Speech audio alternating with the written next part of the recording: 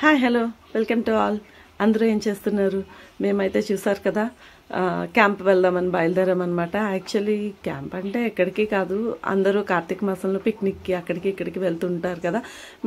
మేము నలుగురమే కలిసి ఇంకా అలా వెళ్దామని చెప్పేసి సడన్గా నైట్ వచ్చి మా ఆయన వెళ్దామని అనగానే నిన్న నైట్ మేము బయలుదేరి వెళ్ళిపోయామన్నమాట. వెళ్తూ దారిలో ఇదిగోండి అమ్మవారి గుడి దగ్గర దండం పెట్టుకున్నాం. ఇంకొంచెం ముందుకు వెళ్ళిన తర్వాత ఇదిగోండి ఒక టీ కెఫే దగ్గర ఆగామన్నమాట. ఇక్కడ ఆగేసి ఇంకా నేనైతే టీ తాగాను, ఎందుకంటే బండి మీద వెళ్తుంటే కొంచెం నిద్ర వస్తున్నట్టు అనిపిస్తుంది అనమాట. అందుకని చెప్పేసి టీ తాగేసి ఇంకా శ్రీకాకుళం చెక్ పోస్ట్ కూడా దాటేసామన్నమాట.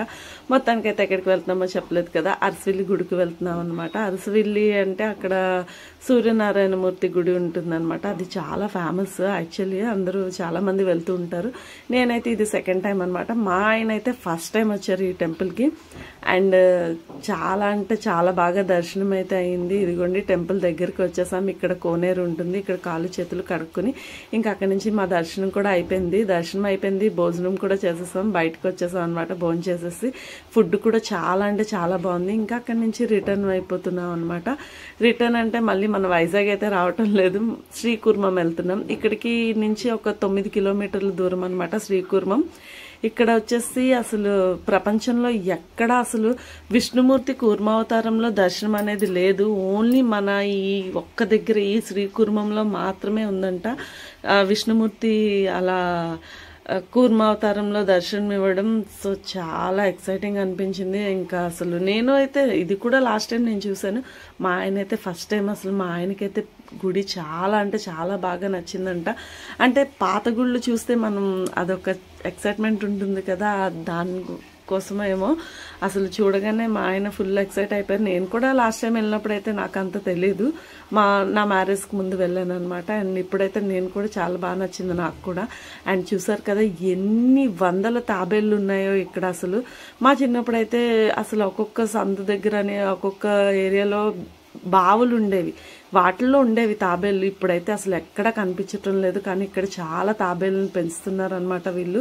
అండ్ ఇక్కడ కూడా కోనేరు ఉంది, ఇక్కడ కూడా చూసారు కదా కోనేరు చాలా అంటే చాలా బాగుంది. అండ్ ఇక్కడ కార్తీక మాసంలో దీపాలు వదలడం అవన్నీ చేస్తూ ఉంటారనమాట. అండ్ చూసారు కదా ఇది పాతాల శివలింగం అంట.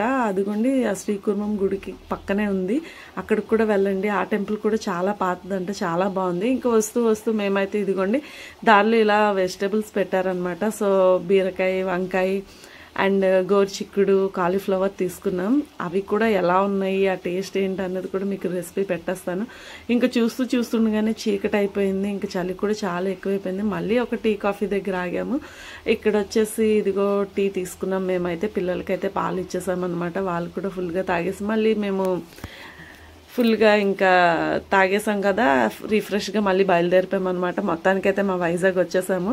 ఇదిగోండి ఇది పిఎంపాలెం స్టేడియం అనమాట. లోపల ఏదో మ్యాచ్ అవుతున్నట్టుంది. చాలా రష్గా ఉంది, అసలు చాలా హడావిడిగా కూడా ఉంది. ఇంకా ఎండాడా వచ్చేసాము. ఇక్కడి నుంచి ఇంకా మా ఇంటికి దగ్గరలో వచ్చేసాం కదా. ఇంకా ఫుల్ అయితే ఇంకా వెళ్ళేటప్పుడు ఎంత ఎక్సైట్మెంట్ ఉంది, కానీ ఇంటికి వచ్చేటప్పుడు మాత్రం ఎప్పుడెప్పుడు ఇంటికి వస్తామా అనిపిస్తుంది కదా. ఇంకా ఫైనల్లీ ఇంటికైతే వచ్చేసాము. చాలా బాగా అనిపించింది అనమాట. థ్యాంక్స్.